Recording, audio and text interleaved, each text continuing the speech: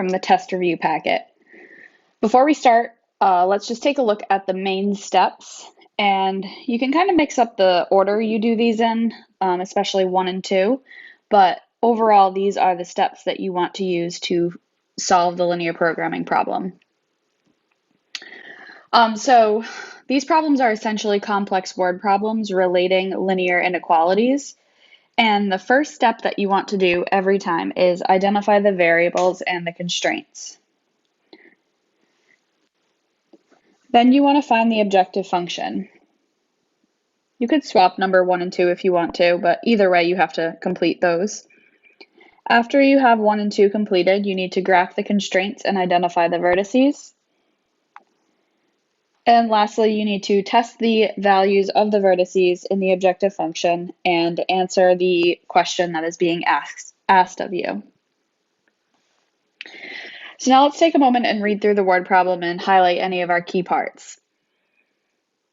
This states that a ski company makes 2 types of skis and has a fabrication and a finishing department. A pair of downhill skis requires 6 hours to fabricate and 1 hour to finish. A pair of cross-country skis requires 4 hours to fabricate and 1 hour to finish. The fabricating department has 108 hours of labor available per day. The finishing department has 24 hours of labor available per day. The company makes a profit of $40 on each pair of downhill skis and $30 on each pair of cross-country skis. How many of each type should the manufacturer produce to maximize profit, and what is the maximum profit? So following this order on this note right here, I'm going to start by identifying the variables and the constraints. And in order to do that, I'm going to look for the question that's in this word problem. So the question is the last 2 sentences. It says, how many of each type should the manufacturer produce to maximize his profit, and what is the maximum profit? If we analyze that sentence, we can pull out the variables from it. So how many of each type? What is he talking about, or what is the problem talking about when he says what type? And if I was paying attention while I was reading through this, it says he makes 2 types of skis. So those are your types of skis. Those are your missing values. That's what you're trying to find out. You want to find how many of each type he should make. So those have to be your variables because that's what's missing and that's what you're trying to find. So I'm going to start off. I'll do, or I'll follow in this order. So,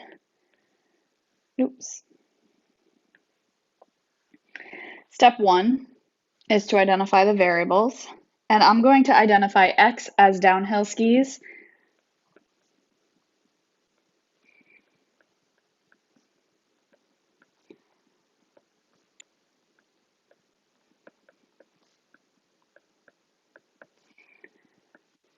And I'm going to define Y, as cross-country skis.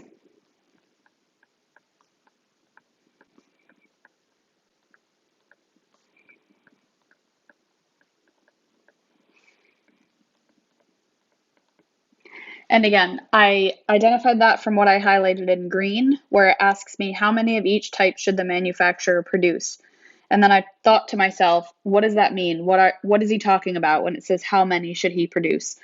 And I'm remembering from the rest of the word problem that he is making 2 types of skis. I highlighted that up here as well. So that is what you are trying to find. That has to be your variables. All right, besides from identifying the variables, we need to take a look at other constraints. So other constraints are components that are within the word problem that have totals. So I'm going to reread through this and I'm going to highlight anything that is a total. And a total is something that's a maximum that you have to follow by.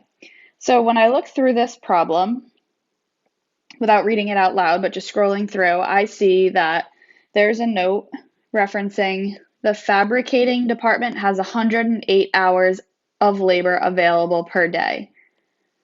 That's a total. They don't have more than that. That's all they have. So they have 108 hours or less. That means they have however many employees working however many hours per day, but a total of 108. So I'm looking for total numbers.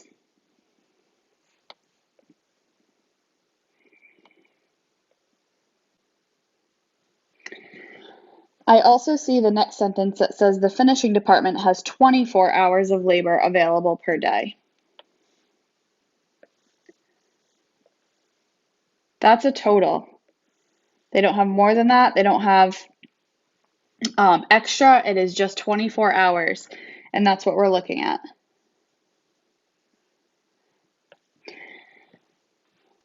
All right, I'm going to list those as 2 additional constraints. So I'm going to list them over here as fabrication hours.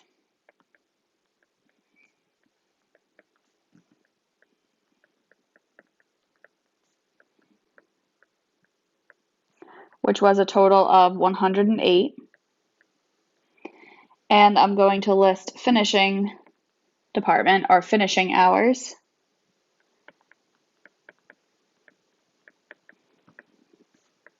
Which had a total of 24 hours. And now from all of this, from everything that I just wrote right here, I am going to write my constraints. You can write your constraints in any order, it does not matter. Let's just go right through. So starting at X, so starting with this right here, we're going to identify if there's any restrictions on the variable X. So that would mean it has to say something like you must make at least 5 downhill skis and maximum of 10 or something like that.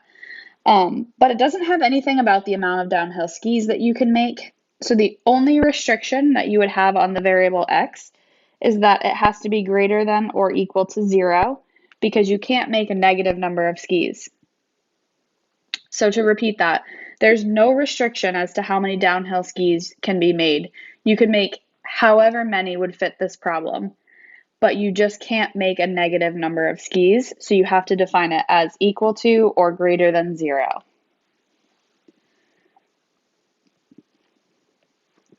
I'm going to cross these off as we go through them. Next up is Y, and same thing goes for Y. Y has to be greater than 0, greater than or equal to 0. There are no restrictions as to how many sets of cross-country skis can be made, but we just know we can't make a negative number.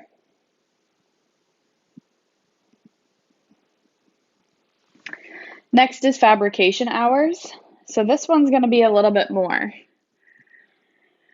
If I read through, starting at this sentence, it says a pair of downhill skis requires 6 hours to fabricate and 1 hour to finish. So I'm going to highlight, keeping my colors the same, fabricating in blue. So a pair of downhill skis takes 6 hours to fabricate. The next sentence states that a pair of cross-country skis requires 4 hours to fabricate. My restrictions are going to be, or my constraint, that's what I should have said, my constraint is going to be 6 hours per pair of downhill skis, so 6 times X, because X represents downhill skis, plus 4 hours times Y, because Y represents cross-country skis. And this here has to add up to 108 or less. Okay, we don't have more than 108 hours. We have exactly 108 hours. It could be anything less than that, but we cannot go over 108. So less than or equal to 108.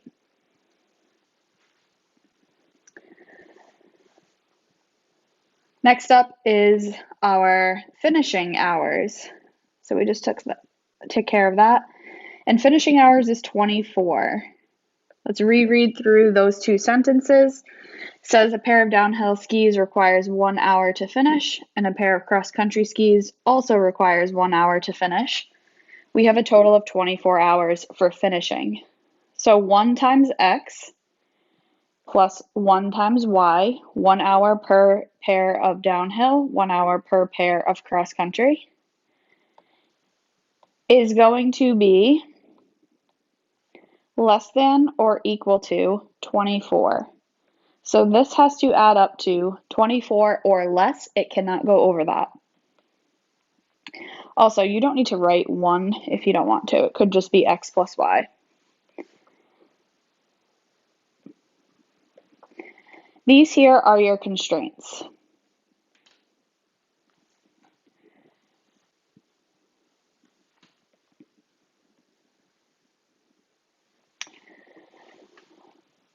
So now we need to write our objective function, and the objective function is going to come from, well, what I highlighted in green. It's the overall objective. It's usually like the last sentence or so of the word problem.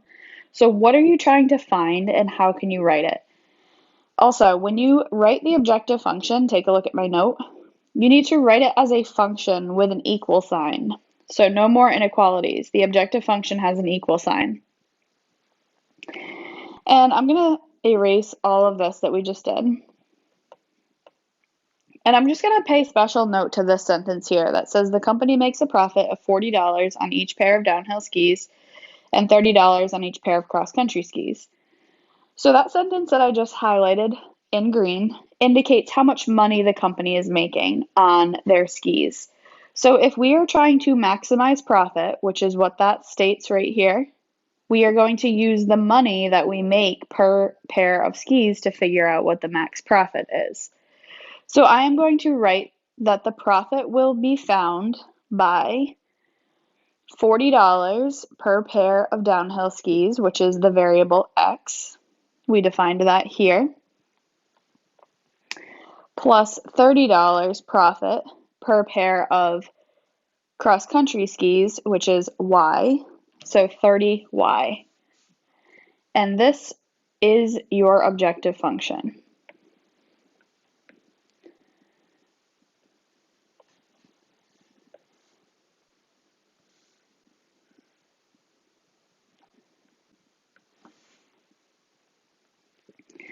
So now that we have our objective function and our constraints,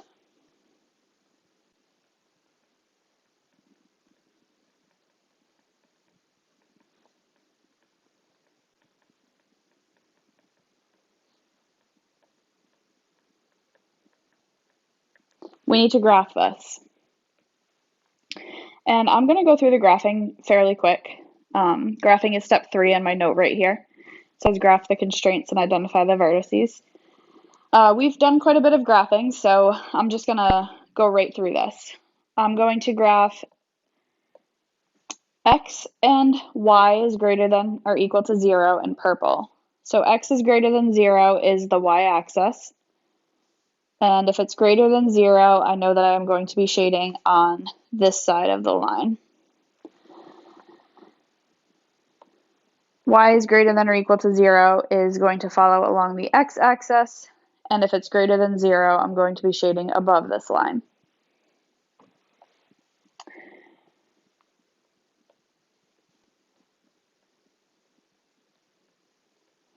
Next up, I'm going to graph 6x plus 4y is less than or equal to 108 in orange. So this function right here, this has an x-intercept at 18, 0. I found that by setting y equal to 0 and solving for x. So 108 divided by 6 is 18. And this function has a y-intercept at 0, 27. That is found by substituting 0 in for x and solving for y, which means 108 divided by 4 is 27.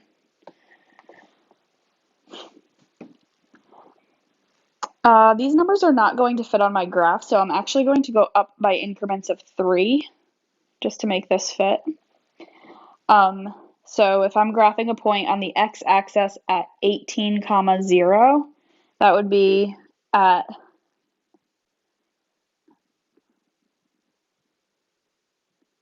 right here. And if I'm graphing a point at 27, that would be located here. I'm going to connect those points.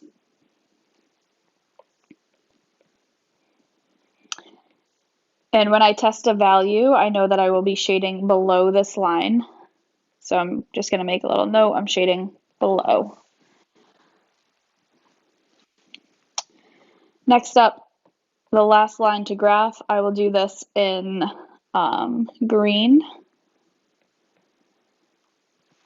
X plus y is less than or equal to 24. So this one here is going to have an x-intercept at 24. found by setting y equal to 0, and also a y-intercept at 24, found by setting x equal to 0. If I'm going up by increments of 3, I'm going to plot a point at the x-axis at this point, and on the y-axis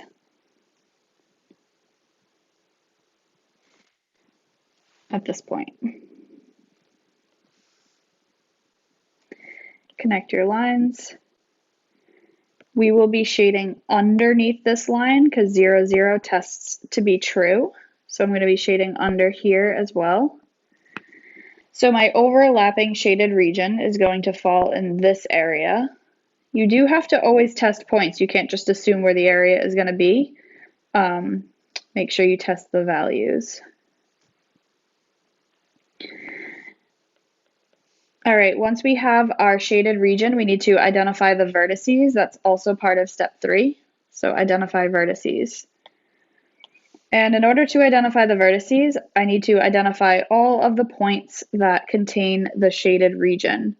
So I have this point here at 0, 0. Just going to list them off to the side. This point here, which was at 18, 0. This point here, which appears to be at 6, 18.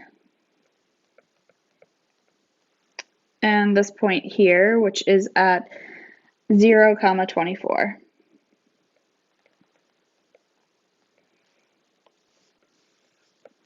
So once I have all of my values, I need to test these values in my objective function.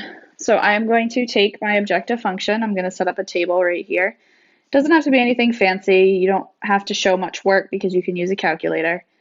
But I'm going to test all of these values in the function that we wrote of 40x plus 30y.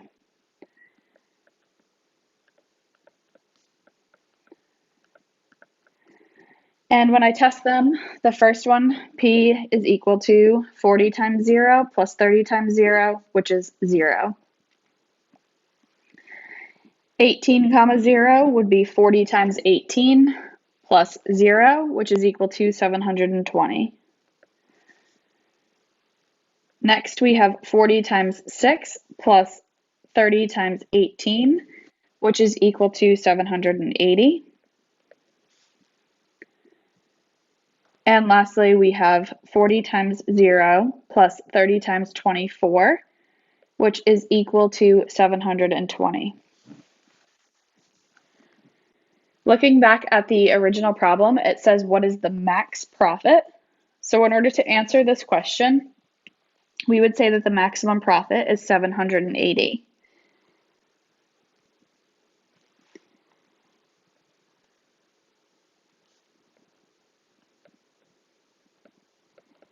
And that's indicating that at 780, which is the maximum profit, so $780, we are making 6 pairs of the downhill skis and 18 pairs, of the cross-country skis. I determined that from what my ordered pair is, but also what my x and y variables are. So if I was to answer this in context, I would write something like the manufacturer should produce 6 pairs of downhill skis and 18 pairs of cross-country skis to make a maximum profit of $780.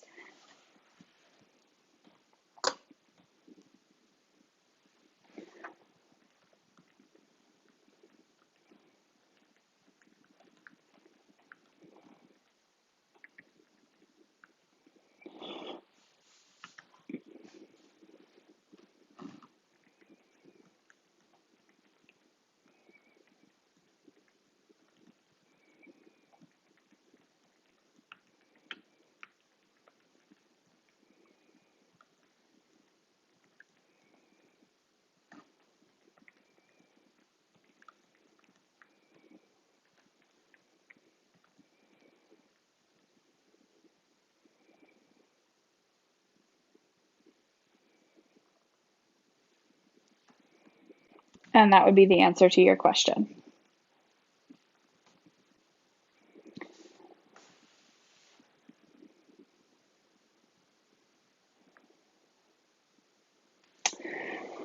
So next up is number 11 that we're going to go over. And number 11 falls under the directions of just identifying the variables, writing the objective function, and the constraints. So we don't actually have to graph number 11. It will be a little bit faster. And you do have a question on the quiz like this as well, where you just have to do those couple of things. So number 11 states that a juice company makes two kinds of juices, orangeade and berry fruity. 1 gallon of orangeade is made by mixing 2.5 quarts of orange juice and 1.5 quarts of raspberry juice, while 1 gallon of berry fruity is made by mixing 3 quarts of raspberry juice and 1 quart of orange juice. A profit of 50 cents is made on every gallon of orangeade sold, and a profit of 40 cents is made on every gallon of berry fruity sold. If the company has 150 gallons of raspberry juice and 125 gallons of orange juice on hand, how many gallons of each type of juice should be made to maximize profit? Now, this one is kind of confusing because everything that's being talked about is juice. So you have to clearly separate what kinds of juice are the variables versus what are just the constraints. But where I'm going to start is I'm going to start with identifying the overall objective. And the overall objective is going to be where the question is or what you're looking for. And that would be right here. It says if the company has 150 gallons of raspberry juice and 125 gallons of orange juice on hand, right here, how many gallons of each type of juice should be made to maximize profit? All right, well, what types of juices are we talking about to maximize profit? So we need to go back through this word problem. Maximizing profit is made on orangeade and berry fruity. So if those are what's making you the money, then those are what it's asking when it says how many types of juice should be made to maximize profit.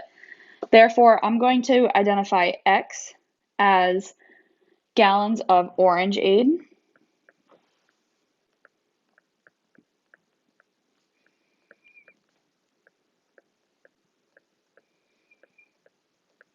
And I'm going to identify Y as berry fruity.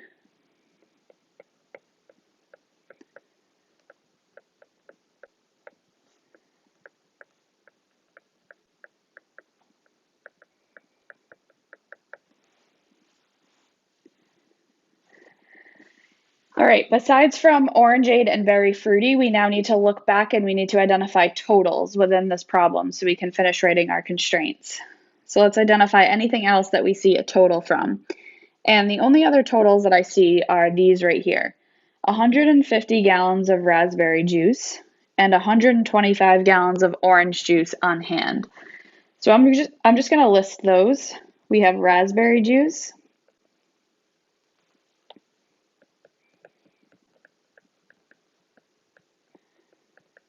which is 150 gallons. And we have orange juice, which is 125 gallons on hand.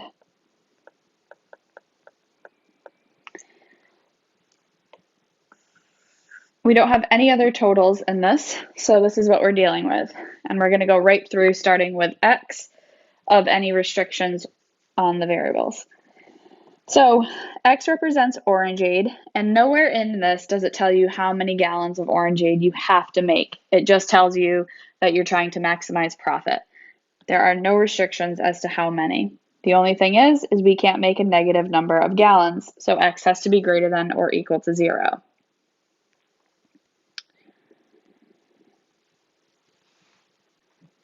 Same thing goes for Y. We cannot make a negative number of gallons of berry fruity, so Y has to be greater than or equal to 0.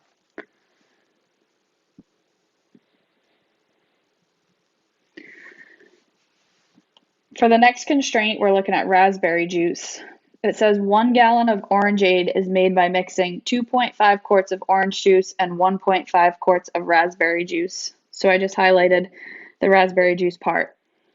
Berry Fruity is made by mixing 3 quarts of raspberry juice and 1 quart of orange juice. So if Orangeade uses 1.5 gallons of raspberry juice, we're going to write 1.5x.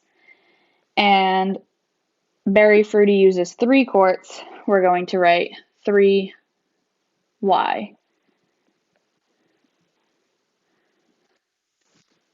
And I actually just realized I switched units within this. I realized I went between quarts and gallons. So we need to convert our gallons into quarts. This one's a difficult one, in order to write our total. So if these are talking about quarts, which is quarts of raspberry juice, and we have a total of 150 gallons, then 150 gallons of raspberry juice would be 150 times 4, and that's 600 quarts.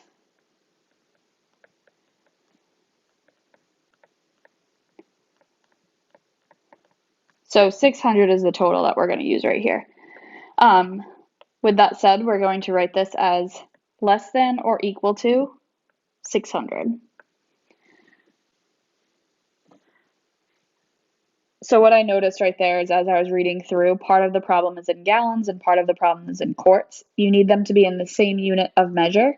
So I converted my gallons to quarts, 4 quarts per gallon. That's why I multiplied 150 times 4. All right, next up is orange juice, and we are mixing 2.5 quarts of orange juice for Orangeade with 1 quart orange juice for Berry Fruity. So I am going to write that as 2.5 times x plus 1 quart times y, or just y, is less than or equal to, I can't leave it as gallons, so I'm going to do 125 times 4. 125 times 4 is 500 quarts. So 500 is our new total, and 500 would be part of your constraint.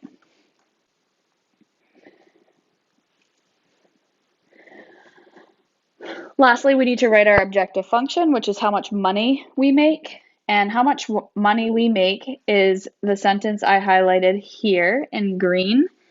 A profit of 50 cents is made on every gallon of Orangeade. Orangeade is X, so 0.50X. And 40 cents a gallon on Berry Fruity, 0.40Y. That is our profit. And this is everything that we had to do for this problem. So we have our objective function, which I just highlighted in gray. And we have our constraints, which are here. And that answers the whole question. So take a look at these, and these are both good ones to study for the test. The test doesn't have anything where you're converting units like this here. Not that this is difficult, but it doesn't have anything like that. All right, please let me know if you have any other questions.